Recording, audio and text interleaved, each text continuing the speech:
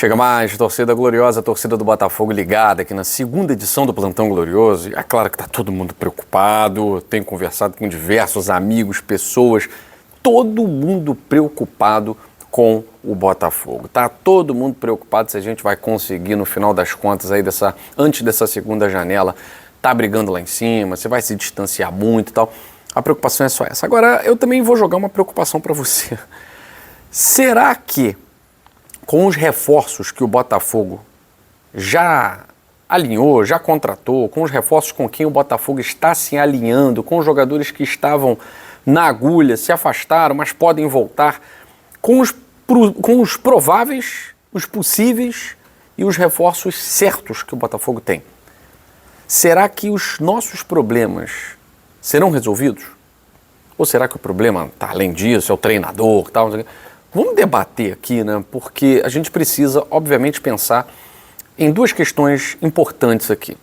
Primeiro, é a temporada do Botafogo como um todo, que é dividida em duas partes.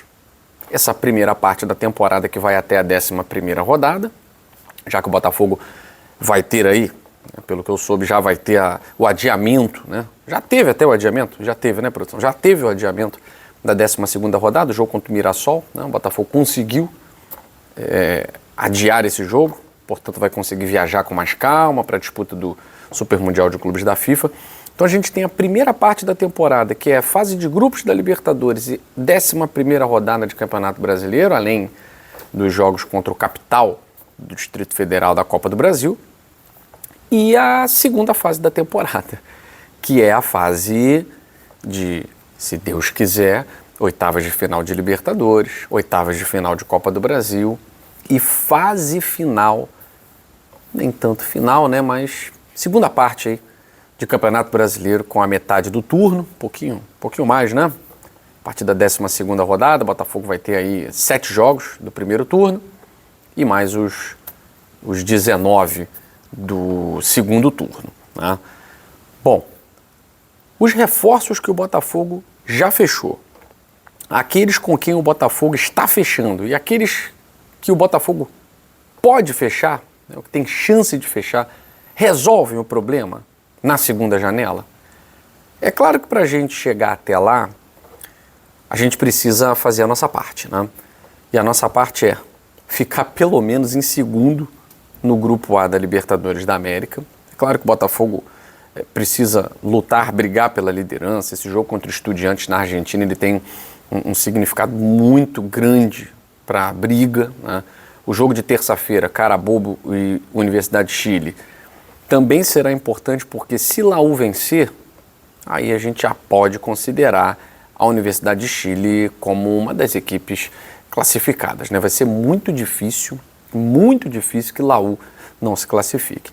É um confronto interessante, porque é na Venezuela, a equipe venezuelana é a mais fraca do grupo? Sim, mas mostrou ali alguma qualidade no jogo contra o Botafogo, né? Mostrou alguma qualidade. Contra o Estudiantes não conseguiu mostrar tanta qualidade porque teve um jogador expulso, né? Então a equipe que já é fraca ficou mais ainda. Mas esse jogo de terça-feira vai ser muito importante, até para a gente decidir se o Botafogo vai ter 2 adversários ou um só nessa briga, né? A gente espera que o Botafogo possa brigar com a Laú pela liderança, mas para isso vai ter que vencer o Estudiantes em La Plata, né? Aí a gente tem o próximo jogo contra a Universidade de Chile para poder vencer por uma diferença de gols maior do que perdemos. Perdemos por 1-0, se vencermos por mais de um gol, a gente consegue ultrapassar a Universidade de Chile. Mas para isso precisa vencer o Estudiantes na Argentina, isso não vai ser fácil. Então, assim, chegar até essa parte do final da primeira parte da temporada, com 3 objetivos alcançados, vai ser fantástico para o Botafogo. Se conseguir classificação para as oitavas, com o time que tem. Conseguir, o que eu acho que é óbvio, classificação para as oitavas da Copa do Brasil, com o que tem. E ficar entre os 4 primeiros colocados do Campeonato Brasileiro, com o que tem, o Botafogo, para mim, ele foi além da expectativa com o time que tem, tá? Que para mim, infelizmente, não é suficiente para brigar nas 3 frentes ali em cima. Agora vem a questão, se isso acontecer, vai ser maravilhoso, né? O Botafogo chega naquela parte alienígena da temporada. Qual é a parte alienígena da temporada? É o Mundial de Clubes da FIFA. Tá? É a parte alienígena da temporada, não dá pra gente ficar aqui sonhando com muita coisa, não dá pra ficar elucubrando. O que rolar de positivo, olha, cada jogo vai ser um feito histórico. Né? Ganhou do Seattle, beleza. Conseguiu competir com o PSG, conquistar um ponto contra o PSG. Pô, o PSG que jogou muito hoje, acabou tomando a virada do Aston Villa, mas jogou com o regulamento debaixo do braço e jogou muito também. E qualquer coisa que acontecer contra PSG e Atlético de Madrid, na atual situação, vai ser fantástico. Por isso eu considero assim, a parte alienígena da temporada. Eu poderia, e talvez eu até faça um vídeo para você, como o John Textor enxerga essa parte alienígena da temporada. Ele tem uma visão completamente diferente da do torcedor do Botafogo, torcedor comum, né? Que está vendo o time do Renato Paiva perder para um Red Bull Bragantino, perder para uma Universidade de Chile, né? E tem uma visão completamente diferente, mas isso eu vou deixar para falar em outra oportunidade. Vamos falar da temporada normal aqui do Botafogo. Aí o Botafogo já fechou com o Wendel.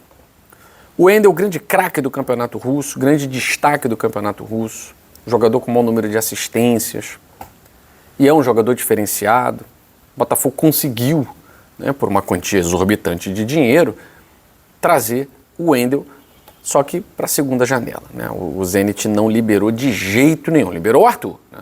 Mas o Wendel de jeito nenhum. E a gente agora entende por que um jogador do nível do Wendel não pôde ser liberado. O Zenit está brigando pelo título. O Wendel no meio-campo. Espero, né? Não vou dizer obviamente, porque nada é óbvio aí com o Renato Paiva, mas espero que seja um jogador para atuar ali ao lado do Gregory, né? Acho que entra no lugar do Marlon Freitas. Com a bola que o Marlon Freitas está jogando, não tem muita dúvida, né? Não sei se o Renato Paiva vai querer inventar de colocar 3 volantes, né? Para o Wendel mais avançado, que ele também joga dessa forma.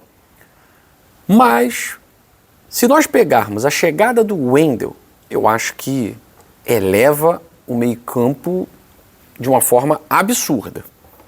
Absurda. Muita gente pode falar assim, Guilherme, você também falou isso com o Alan. Falei mesmo. Só que o Alan, ele já estava jogando num cenário futebolístico que já não era o principal cenário do futebol. E longe de ser o segundo, o terceiro. Ele já estava jogando no que sempre foi uma periferia do futebol, mas que hoje é uma mina de ouro do futebol, que é o mundo árabe. Mas o mundo árabe a gente vê aí até mais cedo no canal Dois Toques, a Casa do Futebol. Você que está acompanhando esse vídeo aqui não é inscrito lá, se inscreva. Nosso outro canal, Dois Toques, a Casa do Futebol, em que a gente fala de futebol, né? Tudo sobre futebol. Eu falei sobre o Igor Coronado, que era um cracaço de bola, gênio no mundo árabe, no Oriente Médio e tal, e chega no Brasil não consegue render. Gabriel Pires, craque, não sei o quê, o papai não consegue render. É raro o jogador que sai do mundo árabe, vem para cá e joga muita bola. É muito difícil, não é fácil não. O ritmo é outro, a expectativa é outra, a competitividade é outra. E o Wendel não está saindo do mundo árabe. O Wendel está vindo de um campeonato que é um dos campeonatos mais disputados que a gente tem aí na Europa. É que a Rússia agora foi proibida de disputar torneios da FIFA, né? Torneios da UEFA, foi proibida de disputar. Mas eu garanto a vocês que se tivesse clube russo aí na Champions League, muitos deles se classificariam para as oitavas, até nas quartas. O próprio Zenit, né, que não faz muito tempo aí, frequentava oitavas, quartas de final de Champions League. Né? Na época do Hulk, me lembro bem, né, fez oitavas de final contra o Benfica. Então, falando aqui sobre esses reforços, o Wendel já está certo. O Wesley é aquele quase certo. O Renato Paiva confidenciou ali para o Beto Charla, né? Até falamos isso aqui numa live, que já está tudo alinhado. Teve um outro jornalista que falou que ainda não está certo. Gente, não está certo, o Botafogo não anunciou, não está certo. Não está certo. Está alinhado, o jogador já sabe, o Botafogo já sabe quanto ele vai ganhar, quanto vai ter que desembolsar. O Wesley é um desses jogadores que, se estivesse jogando hoje, a gente estaria com o nosso problema ali na ponta esquerda resolvido. O Savarino estaria no meio, atuando ali, e o Wesley flutuando pelo lado esquerdo. Nosso problema estaria resolvido, porque o Wesley joga muita bola. O Wendel e o Wesley, né, a dupla do W aí, resolveriam os nossos problemas? Bom, talvez não, talvez não. E aí eu venho falar de outros 2 jogadores que também têm uma probabilidade de chegar ao Botafogo. Um deles, já virou até meme, né, é o Bitelo. O Otávio Bocão, que tinha cravado o Bitelo numa entrevista com o Montenegro. O Montenegro falou que não tem Bitelo. Gente, Montenegro, ele é uma pessoa muito querida, é o presidente amado por muita gente e tal, por outros nem tanto. Tal. Mas essas informações, elas são muito confidenciais. O futebol, ele é muito dinâmico. O que eu posso dizer para vocês, tendo contato com o intermediário, né, que é o Michael Portela, é que o Bitelo não fica na Rússia e que o Bitelo quer voltar para o Brasil. E o clube brasileiro mais próximo de trazer o Bitelo é o Botafogo. A questão é o tempo que o Botafogo está querendo do Dínamo Moscou para fazer o pagamento.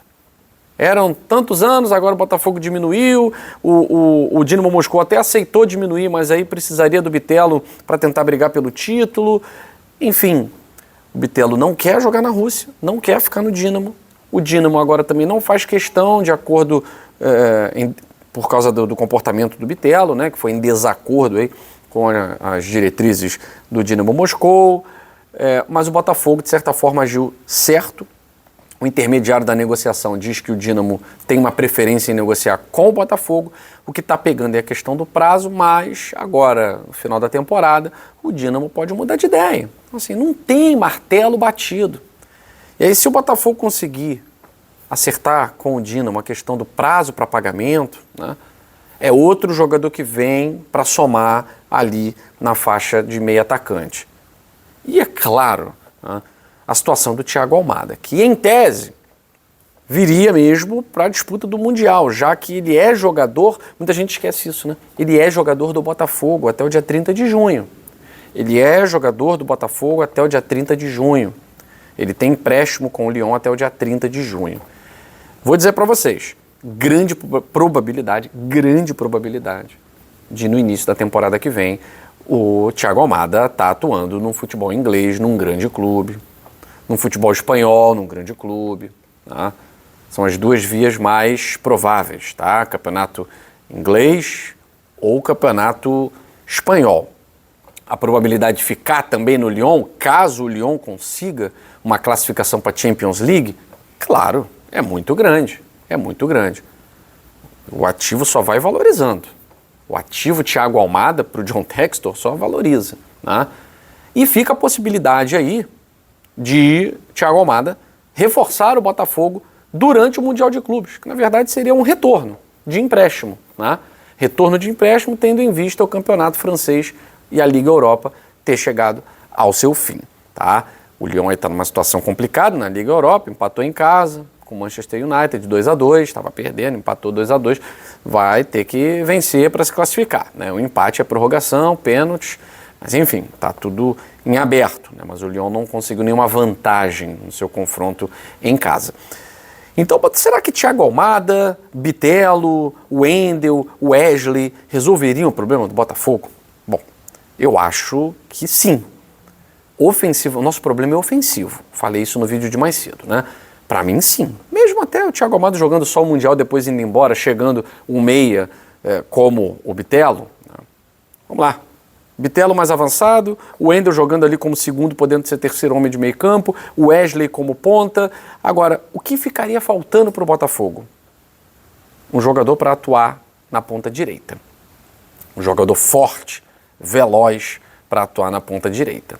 Não dá para contar só com o Arthur. A gente está vendo que contar só com o Arthur não está funcionando. Não está funcionando. Tá?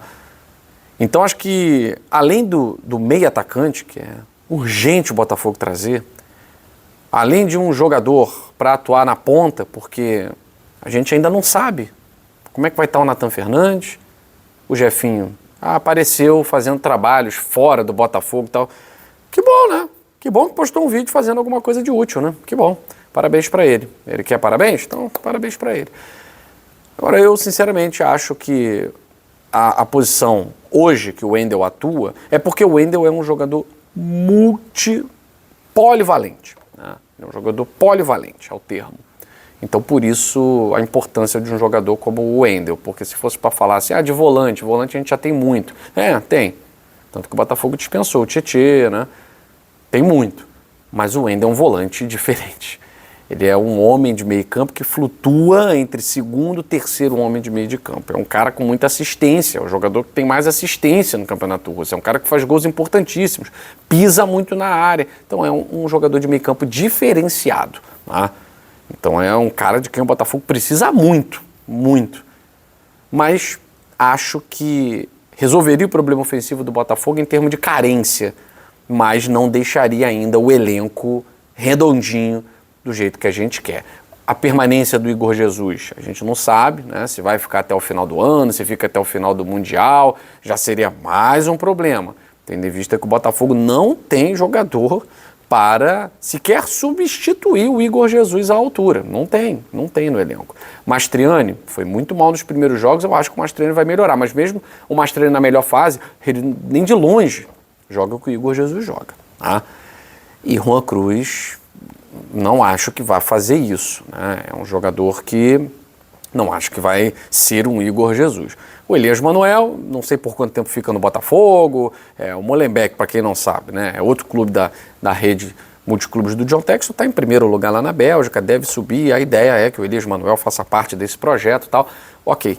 Mas, por enquanto, está no Botafogo, está treinando no Botafogo, já até entrou numa partida, então tem que ser utilizado. Né? Mas são jogadores que não vão fazer parte ali do elenco na segunda parte da temporada, no sentido de qualificar. Né? Não acho que estarão ali incluídos no sentido de qualificar. Então, resolve o problema ofensivo? Resolve, porque a gente está com muitos problemas.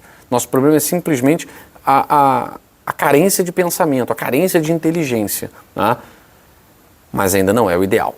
O Botafogo precisa se mover, precisa se mexer, e aí a gente, mais à frente, fala do pensamento do John Textor, para o que eu chamei de parte da temporada alienígena, porque eu ainda não consigo ver o Botafogo disputando esse Super Mundial de Clubes como eu via no final do ano passado. No final do ano passado eu vi o Botafogo disputando. Hoje eu vejo o Botafogo passeando. O John Textor não. E aí mais tarde a gente traz próximos programas, né? A gente traz aí o pensamento do John Textor sobre o Botafogo no Super Mundial de Clubes da FIFA. É um pensamento interessante. Tomara que se concretize. Eu fico por aqui, gente. Um abraço, saudações alvinegras. Fui.